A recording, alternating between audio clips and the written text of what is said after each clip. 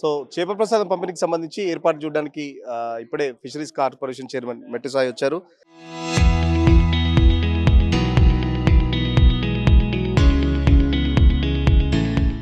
ఏర్పాట్లకు సంబంధించి మాట్లాడించే ప్రయత్నం చేద్దాం. అన్న, ఏర్పాట్లకు సంబంధించి ఏం చెప్తారు? గత సంవత్సరం ఎంతమంది వచ్చారు? ఈసారి ఎంతమంది వస్తారని అంచనా వేస్తున్నారు? అంటే ఒక 180 సంవత్సరాల చరిత్ర గల ఒక ప్రసాదం.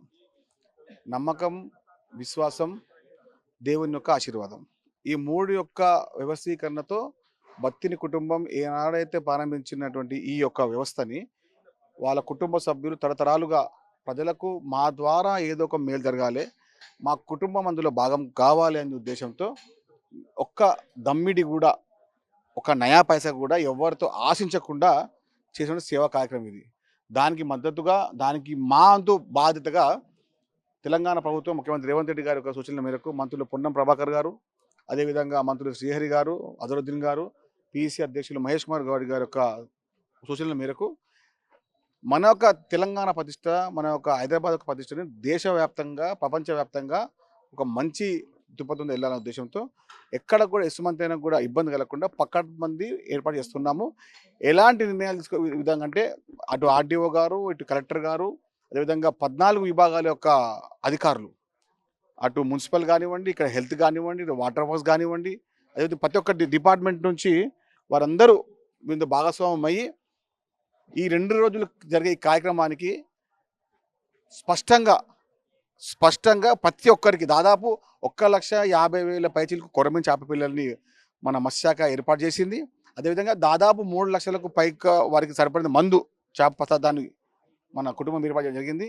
అంటే చాలా మటుకు ఇక్కడ వచ్చిన వాళ్ళందరూ కూడా చేపని మందు వేసుకొని కొంచెం ప్రసాదం తీసుకెళ్తారు ఆనవాయితీగా.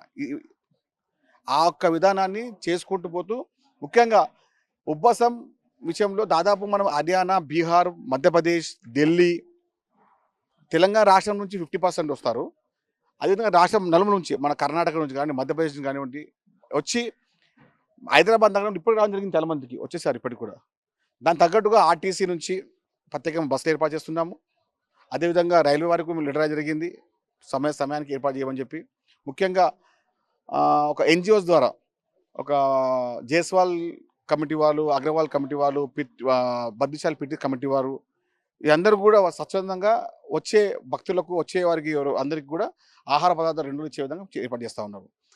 ఎండలు కూడా చాలా వరకు ఉన్నాయి. సో ఎండలకు సంబంధించి ప్రత్యేకంగా ఏర్పాట్లు ఎట్లా తీసుకుంటున్నారు? అంటే ముఖ్యంగా ఈసారి రాత్రి 9 గంటల ప్రాంతంలో చేపల పథకం ప్రారంభమవుతుంది.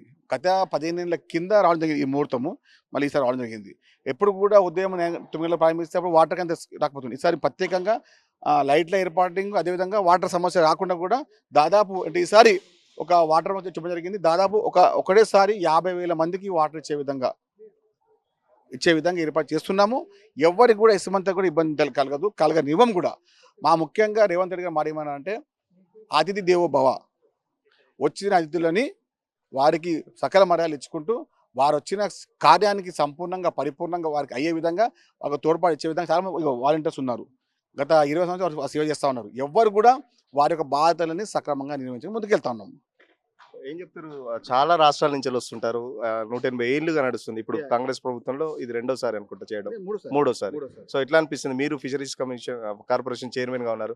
సో ఎన్ని చేప పిల్లలు రెడీగా ఉన్నాయి? ఏం చెప్తారు? దాదాపు 1,50,000 కొరమీను చేప పిల్లలు చేసాము. గతంలో 1,20,000 పెట్టాము. 30,000 ఎక్కువ చేసాము. ముఖ్యంగా ఏంటంటే మీరు అనుకున్న గతంలో కొన్నిసార్లు చాలా మటుకు ఇబ్బంది విషయాల్లో కూడా అలాంటి ఇబ్బంది సమస్య కలగకుండా ప్రత్యామ్నాయ చర్యలు ఏర్పాటు చేస్తున్నాం. ఇప్పుడు గతంలో మీరు అన్నారు వాటర్ది సమస్య రాకుండా చూసుకోవడము, ఇంకా వాష్రూమ్ సమస్య కాకుండా అందరికీ ఆహార పదార్థాలు ఇచ్చే విధంగా చాలా మటుకు అందరు లైన్లో ఇప్పుడు ఈవినింగ్ కాబట్టి కొంచెం సమస్యలు ఎక్కువ ఉంటాయి. కాబట్టి దాని తగ్గట్టుగా మేము గతంలో ఒక 20 మెంబర్స్ ఉంటుండే ఫిషరీస్ డిపార్ట్మెంట్, ఇప్పుడు 70 మంది వస్తున్నారు వాలంటీర్స్తో కలిపి. అదేవిధంగా ఎన్జిఓ చెప్పడం జరిగింది, మా ఎన్ఎస్యూ కార్యకర్తలకు, యూత్ కాంగ్రెస్ అన్ని చెప్పడం జరిగింది. ప్రతి ఒక్కరు కూడా ఇందులో భాగస్వామ్యం కావాల్సిందే. ఎందుకంటే ఇచ్చిన ప్రతి పనిని సక్రమంగా చేస్తున్నారు అనే విధానాన్ని దేశవ్యాప్తంగా తెలంగాణ ప్రభుత్వానికి వచ్చే మంచి పేరుకి ఏ కోసమంతైనా కూడా ఇబ్బంది చూసుకుంటున్నాం. సో మహిళలకు సంబంధించి, పిల్లలకు సంబంధించి ఏమైనా ప్రత్యేక లైన్స్ ఏమైనా ఉన్నాయి? ఎందుకంటే చాలా వరకు వృద్ధులు కూడా ఉంటారు, వాళ్ళకి ఏమైనా ప్రత్యేక లైన్స్ ఉన్నాయా? ఏం చెప్తారు? వృద్ధులకు, వికలాంగులకు ప్రత్యేకమైన క్యూలను ఏర్పాటు చేశాము. ఎందుకంటే మహిళలకు ప్రత్యేకంగా ఉంటుంది కాబట్టి వృద్ధులకు, వికలాంగులకు ఏర్పాటు చేయడం వల్ల, ఎందుకంటే గతంలో 16 నుంచి 18 క్యూ లైన్స్ ఉండే ఇప్పుడు 35 క్యూ లైన్స్ చేస్తున్నాం. గతంలో కొన్ని దగ్గర ఇబ్బందిగా చూసుకొని లైన్స్ ఎక్కువ చేసి వాలంటీర్స్ని కూడా ఎక్కువ పెంచి వచ్చిన ప్రతి వాడు కేవలం 1 నిమిషం కన్నా ఎక్కువ ఉండకుండా ప్రయత్నం చేసే విధంగా ముందుకెళ్తా ఉన్నాం. ఒక్కొక్కరికి 1 నిమిషం పట్టేలాగా సెట్ చేశారు మొత్తం. అంతే. ఎందుకంటే లాస్ట్ ఇయర్ కొద్దిగా ఇబ్బందులు ఎదుర్కొన్న పరిస్థితి. సో ఈసారి ఎండలు కూడా ఎక్కువ ఉన్నాయి. సో దానికి సంబంధించి ఇంకా ఎటువంటి ఏర్పాట్లు చేస్తున్నారు? ఎందుకంటే లాస్ట్ ఇయర్‌కు వచ్చింది ఎంత? ఈసారి ఎంత ఎక్స్‌పెక్ట్ చేస్తున్నారు భక్తులకు సంబంధించి? లాస్ట్ టైం 1,10,000 మంది చేప పిల్లలు తీసుకోవడం జరిగింది. అంటే 1,20,000 10 మిలియనయి. ఈసారి 1,50,000 పెడుతున్నాము. ఇంకా అందుబాటులో కానికే మాకున్నటువంటి ఉత్పత్తి కేంద్రాలకు ఉన్నాయి కాబట్టి వాళ్ళకు కూడా ఆల్రెడీ సమాచారం ఇచ్చడం జరిగింది. ఎక్కడైనా కూడా తక్కువ పడకుండా మళ్ళీ కూడా ఎక్కువ వచ్చే విధంగా 10 మాకు ఇక్కడ మెదక్లో కానివ్వండి, సంగారెడ్డిలో కానివ్వండి, అదేవిధంగా శంషాబాద్లో కానివ్వండి ఫిష్‌కి సంబంధించిన ఫిష్ పాండ్స్ ఉన్నాయి. వాళ్ళకు కూడా సమాచారం ఇచ్చాము. ఆల్రెడీ టెండర్ పిలిచాము. ఇవ్వడం జరిగింది. 1,50,000 కొరమీను చేప పిల్లల్ని ఇచ్చే విధంగా ఎవ్వరికి ఇబ్బంది కలగకుండా ప్రతి ఒక్క భక్తునికి భక్తిని వారి కుటుంబం యొక్క ఇచ్చిన సేవా కార్యక్రమానికి వారికి ఇసుమంతైనా కూడా ఇబ్బంది కలగకుండా వారి పేరుకి ఎలాంటి సమస్య రాకుండా పక్కడబంది పత్రం ఏర్పాటు చేస్తూ ఉన్నాము. ఎవ్వరు కూడా అంటే ఉదయం ప్రారంభించి ఈసారి రాత్రి అవుతుంది కాబట్టి ఎవ్వరికి కూడా ఇబ్బంది కలగకుండా ప్రతి చర్య తీసుకుంటున్నాము. ముఖ్యంగా జిహెచ్ఎంసీ అధికారులు, కలెక్టర్ సిబ్బంది, వాటర్ వర్క్స్, అదేవిధంగా మన మున్సిపల్ కానివ్వండి, మా మత్స్యశాఖ కానివ్వండి, ప్రతి ఒక్క విభాగాలు ఆర్ఎన్బి కానివ్వండి, ప్రతి ఒక్క విభాగాలు 14 విభాగ పైచిలకు మన రోడ్ అండ్ సేఫ్టీ అండ్ మన ఎలక్ట్రికల్ కానివ్వండి, ట్రాఫిక్ కానివ్వండి, అదేవిధంగా వాటర్ వర్క్స్ ముఖ్యంగా అంటే మీరు అన్నారు కదా నీటి సమస్య. ఆ సమస్యకి వెళ్ళకుండా 1,50,000 మందికి నీటి వచ్చే విధంగా ప్రభుత్వం ఇంకా మెడికల్ డిపార్ట్మెంట్ ఉందండి. ముఖ్యంగా మనం చెప్తున్నాం ఏంటంటే వచ్చిన ప్రతి భక్తుడు ఇక టోకెన్ తీసుకుని దాని తగ్గట్టుగా టైమింగ్ వల్ల మెన్షన్ చేస్తున్నాము. ఆ టైం ప్రకారం వస్తే కూడా ఎలాంటి ఇబ్బంది కలగదు. అంటే ఎన్ని స్పాట్లు పెడుతున్నారు? దానికి సంబంధించి? అయితే మా డిపార్ట్మెంట్ కూడా ఏంటంటే పోలీసు వారి సలహా మేరకు వాళ్ళు ఇచ్చారు. ఏమని 7th రోజే 7వ తారీఖు రోజే టోకెన్ వేయడం జరుగుతుంది.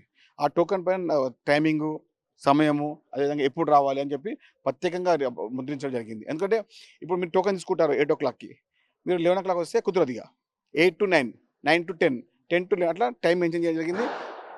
అంటే 9 గంటల సమయం వారు 8 o'clock రావచ్చు, కానీ 11 సమయం వరకు 9 o'clock రాకూడదు.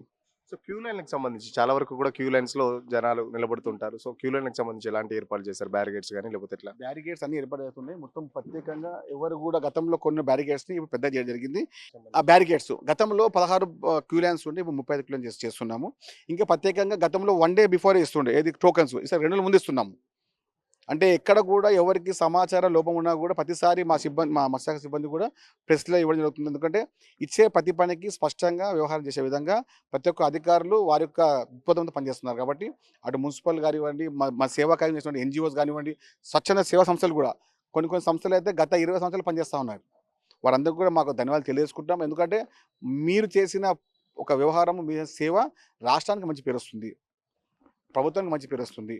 అదేవిధంగా ఇచ్చిన ప్రతి పని సక్రమంగా చేసే అధికారులకు కూడా ఒకటే సూచన ఏంటంటే ఈ వ్యవహారము స్పష్టంగా మనం చేయడం వల్ల తెలంగాణ రాష్ట్రాన్ని, హైదరాబాద్ నగరానికి ప్రపంచవ్యాప్తంగా గుర్తింపు వచ్చే విధంగా బత్తిని కుటుంబం గత 180 సంవత్సరాలుగా చేస్తున్న ఈ సేవా కార్యక్రమానికి మా వంతు ఒక పాత్రగా మేము ప్రతి కార్యక్రమానికి వాళ్ళ కుటుంబానికి మేము ధనాలు తెలియజేసుకుంటున్నాం. ఎందుకంటే ఒక సేవా కార్యక్రమం చేసే ప్రతి వారికి కూడా ఒక 2-3 సార్లు చేసి దానికి ఒక బలంగా చూసుకున్నారు. కానీ ఈ కుటుంబం కేవలం బాధ్యతగా మా తల్లిదండ్రులు వచ్చినటువంటి ఆశీర్వాదంగా భావించి చేస్తే ఈ కార్యక్రమానికి కూడా వారికి కూడా తెలంగాణ ప్రభుత్వం తరఫున ప్రత్యేక ధనాలు తెలియజేసుకుంటున్నాము. అదేవిధంగా వచ్చిన ప్రతి అతిథికి అటు రాష్ట్రాల నుంచి కానివ్వండి, అటు విదేశాల నుంచి వచ్చిన ప్రతి అతిథికి కూడా ఎలాంటి అసౌకర్యం కలగకుండా చూసుకుంటున్నాం.